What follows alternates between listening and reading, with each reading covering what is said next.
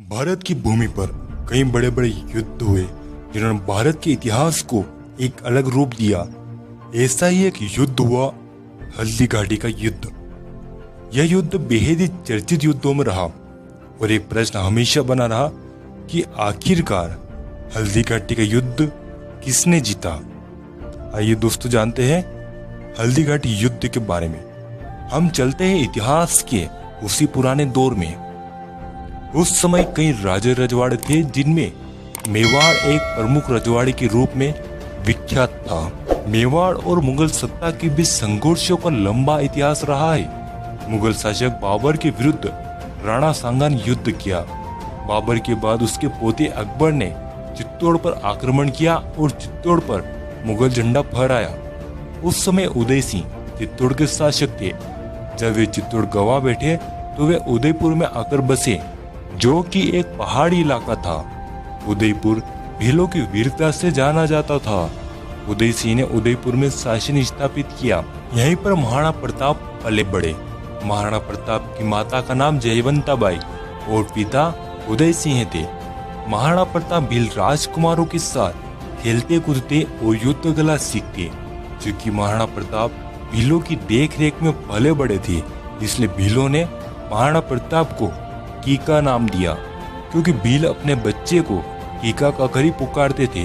महाराणा प्रताप के पिता उदय सिंह ने अपने छोटे बेटे जगमल को गद्दी सौंप दी थी, लेकिन जगमल सिंह ने अपने घमंडवश जनता पर अत्याचार करना शुरू कर दिया। जगमल में डरपोक और भोगी विलासी था, यहाँ तक कि उसने महाराणा प्रताप का भी अपमान किया।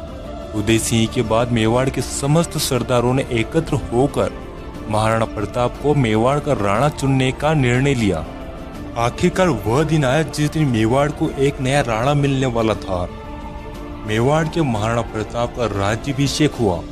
महाराणा प्रताप का राज्याभिषेक तो हुआ, लेकिन उनके ही परिवार के सदस्य जगमल और शक्ति सिंह नाखुश थे। मेवाड़ अरावली पर्वतमाला से घिरा हुआ क्षेत्र रहा और इस अरावली पर्वतमाला में प्रमुख रूप से भील जनजाति का निवास रहा। उस दौरान देश के अधिकांश क्षेत्रों में मुगल शासक अकबर का दबदबा था। अकबर ने कई शासकों के साथ संधियां और युद्ध करके अपने शासन का विस्तार किया और इसी तरह से अकबर ने मेवाड़ को भी जीतने की योजना बनाई। अकबर ने पहले महाराणा प्रताप को संधि पत्र भिजवाए कि महाराणा प्रताप अन्य शासकों की तरह मुगलों से संधि कर ले। मुगलों के साथ सबसे पहले आमेर के राजा मान सिंह जा मिला। यह वही मान सिंह था जो अकबर के प्रमुख सेनापति बना, लेकिन अकबर की संधि महाराणा प्रताप को मंजूर नहीं थी। भला स्वाभिमानी महाराणा कैसे मुगल संधि स्वीकार कर ले। ऐसा नहीं था कि महाराणा प्रताप को केवल अकबर का ही सामना करना था, उन्हें अपने परिवार और रिश्तेदारों का भी सामना करना था। दरअसल मेवाड़ की सत्ता महाराणा के भाई जगमल को भी चाहिए थी, लेकिन जगमल मेवाड़ का शासक नहीं बन पाया। अकबर ने मेवाड़ की आपसी फुट का फायदा उठाया और जगमल को अपने पक्ष में कर लिया। जगमल सिंह मेवाड़ की राजनीति से नाराज होकर बादशाह अकबर के पास चला गया। अकबर ने जगमल को जहाजपुर का इलाके की जागीर प्रदान करी, साथ ही साथ सिरोही राज्य का आधा राज्य प्रदान किया। दरअसल जिस समय महाराणा प्रताप ने मेवाड़ की गद्दी संभाली, उस समय मेवाड़ राजपूतानी साम्राज्य बेहद नाजुक दौर से गुजर रहा था। अकबर की क्रूरता के आगे राजपूतानी के कई नरीशों ने अपने सर झुका लिए थे। कई वीर प्रतापी राजवंशों के उत्तराधिकारियों ने अपनी कुल मर्यादा का सम्मान भुलाकर मुगलिया वंश से वैवाहिक संबंध स्थापित कर लिए थे। कुछ स्वाभिमानी राजघराने के साथ ही महाराणा प्रताप भी अपने पूर्वजों की मर्यादा की रक्षा हेतु अटल थे। महाराणा प्रताप के भाई शक्ति सिंह भी मुगलों के साथ जा मिला। इतना ही नहीं, मारवाड़ के शासक जो कभी खुद की आन बान और शान का हवाला देते थे, अब मुगलों के सामने वे भी झुक गए। कहा जाए तो कुछ शासक अपने राज्य के स्वार्थ के चलते और कुछ अपने पारिवारिक कलह के कारण अकबर के साथ जा मिले। अब महाराणा प्रताप अकेले पड़ गए।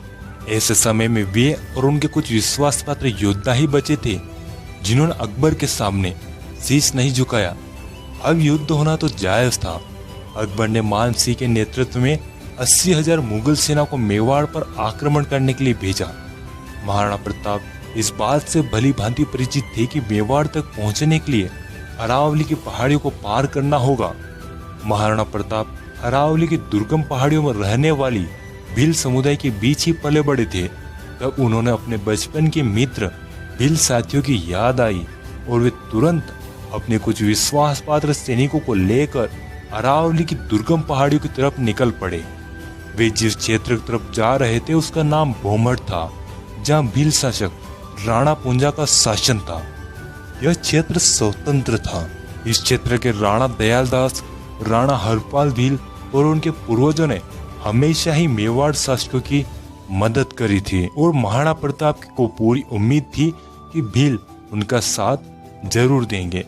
जब महाराणा प्रताप राणा पुंजा के भोमड़ क्षेत्र पहुंचे तो वे हैरान रह गए, क्योंकि अकबर का संरक्षक बेरम खां पहले ही राणा पुंजा से सहयोग प्राप्त करने के लिए आ पहुंचा।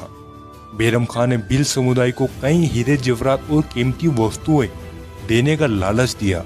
बेरम खान ने कहा कि यदि भील मुगल शासक अकबर का साथ दे तो मुगल सभी भीलों को बेशकीमती धन दौलत देंगे।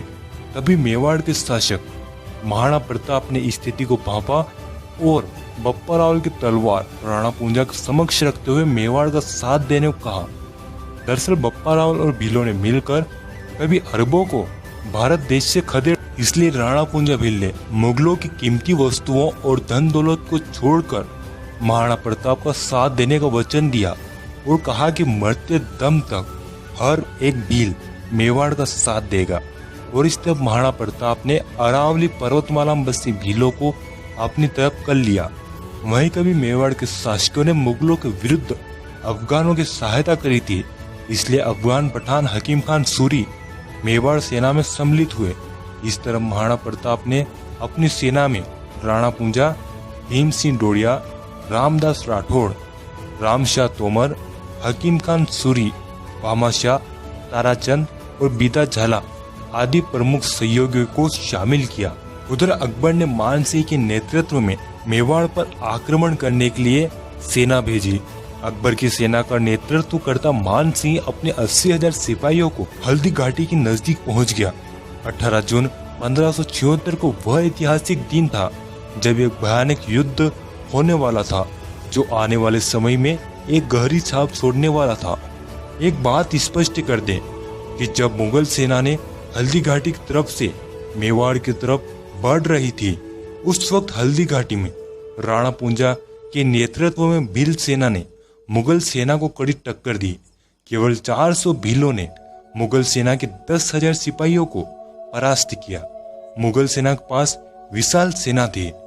इधर महाराणा प्रताप के नेतृत्व में 20,000 मेवाड़ सैनिक और 400 से ज्यादा भील धनुर्धारी युद्ध के मैदान में उतरे। हल्दी घाटी पतला दर्रा था। 20,000 सिपाहियों के सामने 80,000 सिपाही खड़े थे। मुगल सेना के पास गोला, बारूद और बंदूकें थी। साथ ही साथ मुगलों के पास तोप थी, जिन्हें वे ऊंटों पर लाद कर युद्ध के मैदान में लाए थे। वहीं दूसरी तरफ मेवाड़ सेना एक तो पहले ही संख्या में कम थी और ऊपर से उनके पास हथियारों की कमी थी। लेकिन मेवाड़ी सेना में आत्मविश्वास था। वे कम होकर भी एक एक मेवाड़ी सैनिक 10-10 सिपाहियों के बराबर था। दोनों सेनाओं के मध्य युद्ध शुरू हुआ। दोनों सेनाओं के योद्धा एक दूसरे को मारने को आतुर थे। उनमें से कोई भी पीछे नहीं हटना चाहता था। हर कोई एक दूसरे के खून का प्यासा था। महाराणा प्रताप और बहलोल खान के बीच भयानक युद्ध हुआ। महाराणा प्रताप ने हाथी सरी के बहलोल खान को चीर दिया। महाराणा प्रताप और मान सिंह के बीच भयानक युद्ध हुआ। राणा पुंजा के भीलों ने अपने तीरों से मुगलों की छाती छलनी कर दी। बीदा झाला ने महाराणा प्रताप के लिए अपने प्राण युद्ध में त्यागे। चेतक ने महाराणा की जान बचाई और वह घायल हो गया। इस युद्ध के बाद मेवाड़, चित्तौड़, गोगुंदा, कुंभलगढ़ और उदयपुर पर मुगलों का कब्जा हो गया। सारे राजपूत राजा मुगलों के अधीन हो गए और यदि कोई अधीन नहीं हुआ तो वे थे महाराणा प्रताप। हल्दी घाटी युद्ध के बाद महाराणा प्रताप भीलों के साथ भोमड़ क्षेत्र में ही रहे, जहाँ राणा पुंजा भील ने महाराणा प्रताप की हर संभव सहायता करी। ऐसा कहा जाता है कि इस युद्ध के अगले 21 सालों तक महाराणा प्रताप ने भील समुदाय के साथ मिलकर मुगलों के विरुद्ध संघर्ष किया राणा पुंजा की भील सेना मुगल सेना को लूटने में कोई कसर नहीं छोड़ती थी। कोई भी मुगल यदि भोमर क्षेत्र से होकर गुजरता था तो वह भीलों से बच नहीं सकता था। महाराणा प्रताप ने कभी मुगलों के सामने घुटने नहीं टेके। प्रताप की वीरता ऐसी थी कि उनके दुश्मन भी उनके युद्ध कौशल के कायर थे। उदारता ऐसी कि दूसरों की मुगल बेगमों को सम्मानपूर्वक उनके पास वापस भेज दिया। इस योद्धा ने साधन सीमित होने पर भी दुश्मनों के सामने सिर नहीं झुकाया। यह दुद्दा भील नामक बालक का नाम लेना बेहद जरूरी है। जब महाराणा प्रताप उनकी पत्नी और उनका नन्हा बालक अरावली की पहाड़ियों में थे, तब दुद्दा नामक नन्हे बालक ने आदम में साहस का परिचय दिया। उसने अपनी थाली में माँ द्वारा परोसी गई रोटियां हाथों में पकड़कर महाराणा प्रताप की तरफ दौड़ पड़ा। वह चाहता था कि वह खुद महाराणा प्रताप और उनके परिवार को भोजन कराए, लेकिन बदकिस्मती मानो कि जंगल में भारी आक्रमणकारियों ने उस नन्हे बालक का एक हाथ काट दिया। लेकिन फिर भी वह वीर बालक दुद्दा भील खून में लथपथ रोटियां लेकर महाराणा प्रताप की तरफ दौड़ा चला जा रहा था। आखिर वह अरावली की ऊंची पहाड़ियों पर चढ़ ही गया और उसने महाराणा प्रताप के हाथों में रोटियां देकर कहा, भोजन करिए। महाराणा प्रताप ने दुद्दा को गले लगा लिया। महाराणा प्रताप की आंखों में आंसू थे। उस बालक ने महाराणा प्रताप की गोद में ही प्राण त्याग दिए। सोचिए वह दृश्य कैसा रहा होगा। महाराणा प्रताप ने भील समुदाय की सहायता से अपने खोए हुए किले पुनः प्राप्त किए। उन्होंने दोबारा मुगलों पर आक्रमण कर मेवाड़ को स्वतंत्र कराया। भील राणा पुंजा के सहयोग के चलते महाराणा प्रताप ने मेवाड़ चिन्ह में उन्हें प्रमुख स्थान दिया। अकबर ने महाराणा प्रताप के बारे में कहा था, इस संसार में सभी नाशवान है। राज्य और धन किसी भी समय नष्ट हो सकता है, परंतु महान व्यक्तियों की ख्याति कभी नष्ट नहीं हो सकती। पुत्रों ने धन और भूमि को छोड़ दिया, परंतु उसने कभी अपना सिर नहीं झुकाया। हिंद के राजाओं में वही एकमात्र ऐसा राजा है अपने गौरव को बनाए रखा है।